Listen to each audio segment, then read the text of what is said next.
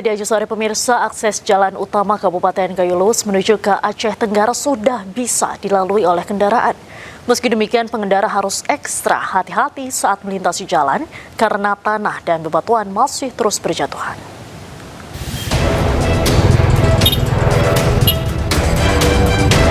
Akses jalan utama yang terletak di Desa Tetumpun, Kecamatan Putri Betung, Kabupaten Gayo Luwes menuju ke Aceh Tenggara yang sempat terputus, kini bisa dilalui kembali. Meski badan jalan sempit karena sebagian tertutup bebatuan dan tanah longsor, pengendara tetap berusaha menerobos dengan ekstra hati-hati. Tanah dan bebatuan juga masih berjatuhan akibat kondisi tanah yang tidak stabil. Polisi juga terus berjaga di sejumlah titik lokasi yang masih rentan akan terjadinya longsor. Belum bisa jalan bang, kalau dipaksakan tergantung darah lagi dan air kelabu sana sama jalan sini. Sopirnya belum bisa bang kalau mobil ini bang. Kalau nggak ahli sopirnya mau ke bawah tuh kita bang. Oke, siap. Tapi bisa bang ya, sempat bisa bang ya masuk ke wilayah ini bang ya? Bisa, cuman kalau mobil kosong bisa lah. Cuman kok muatan jarang. Untuk kegiatan pembukaan jalan akses ini termasuk di Desa Penomon ini jalan amblas dan longsor, sehingga kami menempatkan personil untuk pengamanan sehingga mengamankan masyarakat dalam melewati lintasan jalan yang baru dibuka selama kurang lebih memasuki hari ke-24. Akses jalan utama Kabupaten Gayo Luwes menuju ke Aceh Tenggara sudah bisa dilalui oleh kendaraan. Akses darat yang juga sudah pulih di Aceh adalah jalur Takenggon Bener Meriah. Selain di Aceh, ada 4 akses darat yang sudah pulih di Sumatera Barat, antara lain Sikalau Lembah Melintang, Sawah Suduk Koto Hilalan, Solok Nagari Pinanggahan, dan Padang Mantuang Kayu Tanam. Dari Kabupaten Gayo Luwes Aceh, Medi Arjuna, iNews melaporkan. Belum mendapat izin dari pemilik lahan, pemerintah Kabupaten Tapanuli Selatan, Sumatera Utara hingga kini belum memasang tenda pengungsian untuk para korban banjir bandang di Kecamatan Batang Toru. Tenda dengan berbagai ukuran sebanyak 267 unit pemberian Kementerian SDM tersebut masih tersimpan di gudang penyimpanan.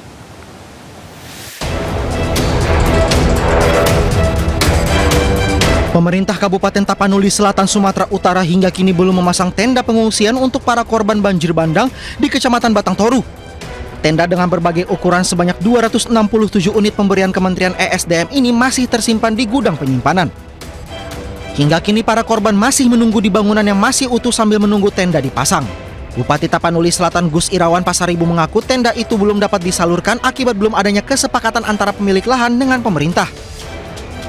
Ada zona di sini kan penanggung jawabnya itu adalah asisten 3. Iya. Semua kebutuhan sebetulnya kita akan penuhi. Tapi kalau tenda itu memang itu kan waktu kunjungan Pak Menteri SDM kemari beliau janjikan itu datang sesegera mungkin kita kemudian akan dirikan di belakang yang batu ulang. Apa faktornya Pak menjadi mengingat tenda itu lama dipasang Pak? Persoalannya dengan lokasinya sebetulnya kan nggak mudah dapatkan lokasi. Kita baru bertemu yang pemilik, kita udah deal untuk dipakai lokasi di belakang yang ada sawit-sawit sekarang. Para korban banjir bandang berharap pemerintah segera memberikan bantuan hunian sementara karena para korban saat ini rentan terserang berbagai penyakit, mulai dari batuk, gatal-gatal hingga diare akibat minimnya perlengkapan yang mereka punya seperti selimut dan tempat tidur. Dari Tapanuli Selatan, Sumatera Utara, Indra Mulya Siagian, iNews melaporkan.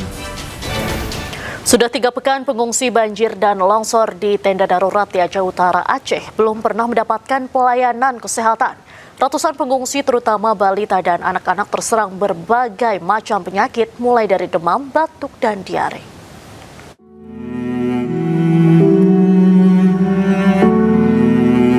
Sebanyak 893 jiwa dari 397 kepala keluarga pengungsi Desa Bukit Linteng dari Dusun Pateng dan Dusun Tengoh, Kecamatan Langkahan, Kabupaten Aceh Utara, kini mulai terserang berbagai macam penyakit.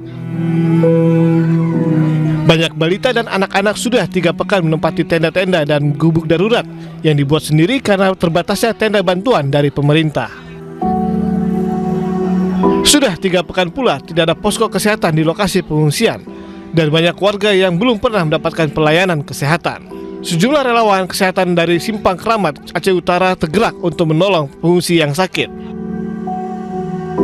Balita dan anak-anak banyak terserang demam, batuk, dan diare.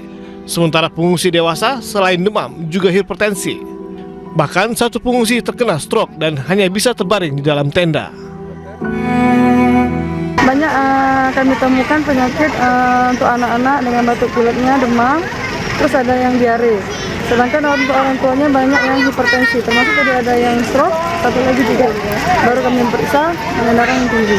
Seperti kelembu dan juga selimut dan kasur yang sangat dibutuhkan oleh masyarakat di sini. Lebih kurang karena masyarakat ini belum cukup tempat tidur, yang akan tetapi semacam terpal ini ataupun tenda sudah memadai sebagaimana yang disampaikan oleh Bapak Gesik tadi, tapi belum cukup. Para pengungsi berharap pemerintah segera turun tangan untuk mengatasi krisis kesehatan sebelum adanya korban jiwa. Dari Aceh Utara Aceh, Armia Jamil, iNews melaporkan. Pemirsa, pagi tadi ratusan relawan tenaga medis dari sejumlah daerah terbang ke Aceh untuk membantu warga terdampak bencana. Mereka diberangkatkan oleh Kementerian Kesehatan untuk menangani kesehatan warga hingga pemulihan trauma.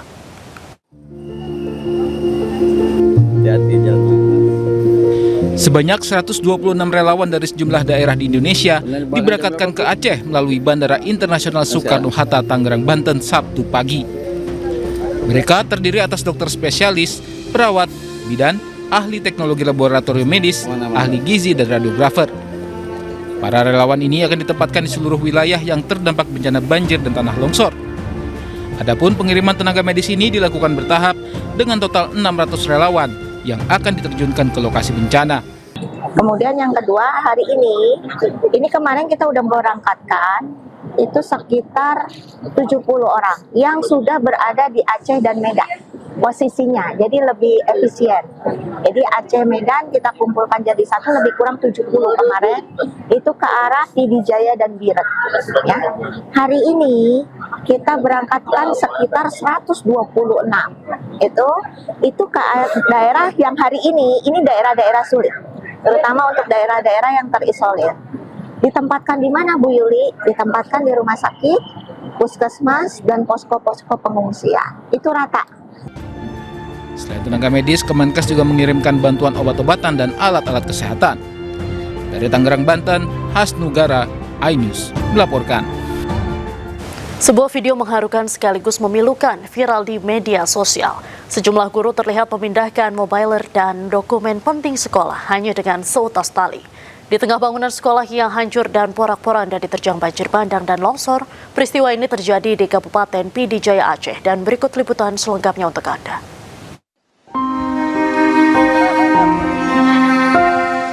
Bangunan Sekolah Islam Terpadu An-Nur di Kecamatan Meredu, Kabupaten Pidijaya Aceh, ambruk total dan tak lagi layak digunakan untuk kegiatan belajar mengajar.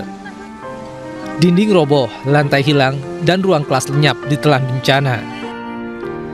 Lokasi sekolah ini berubah menjadi aliran sungai baru dengan arus deras akibat dahsyatnya banjir bandang dan longsor.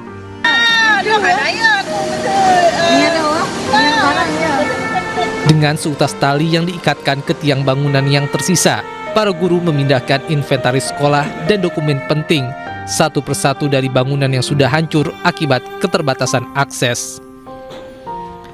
Tak ada alat berat, tak ada jembatan, hanya keberanian, kepedulian, dan rasa tanggung jawab demi menyelamatkan dokumen masa depan para siswa. Bagi para guru, menyelamatkan dokumen sekolah bukan sekadar arsip, melainkan menyelamatkan harapan anak-anak agar pendidikan tetap berlanjut, meski sekolah mereka telah rata dengan tanah. Di tengah amukan alam, dedikasi guru-guru ini menjadi pengingat bahwa pendidikan tak runtuh bersama bangunan, namun tetap berdiri di atas pengorbanan dan kepedulian.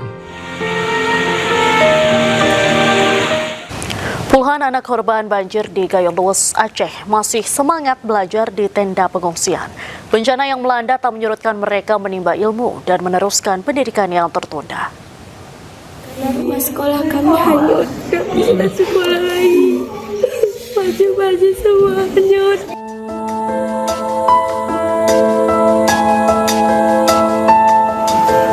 Sakila merupakan salah satu anak yang berada di posko pengungsian di Desa Belang Kejeren, Kabupaten Gayo Luwes, Aceh. Siswi SMP kelas 7 ini tak kuasa menahan tangisnya karena harus belajar di posko pengungsian.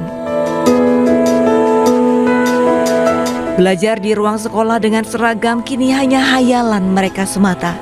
Sakila dan teman-teman pun memiliki harapan untuk pemerintah yang berkuasa. Aku mohon sama Bapak pemerintah segera bangun rumah sekolah kami dan berikan baju-baju. Rumah, sekolah, tempat ia belajar sudah hanyut. Harta benda bahkan pakaian serta perlengkapan sekolah tidak ada lagi.